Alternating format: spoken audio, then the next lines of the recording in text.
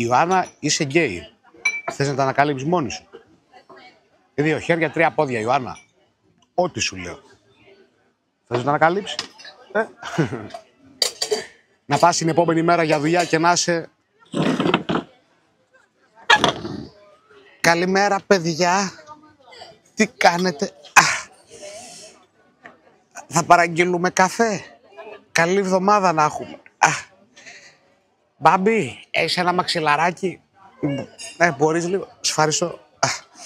Μανώλη, τι λέει, έχουμε χαρτιά για διεκπαιρέωση. Ναι, δώσε μου λίγο κανένα 20 λεπτό να συνέλθω. Ιωάννα, από σένα εξαρτάται. Από σένα εξαρτάται, Ιωάννα. Λογικά άντρας είναι. Καλά, ναι, εντάξει, απλά τα λέμε έτσι για τον Τζουμπρούτζου. 50 ναι.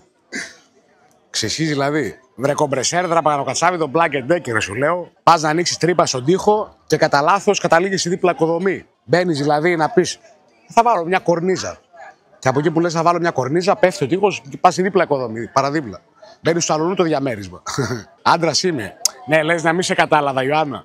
Δεν έχω χορτάσει από fake προφίλ στο Instagram να μου στέλνουν είσαι κούκλος, είσαι πέδαρος. Θέλω να με σκίσεις στα 2.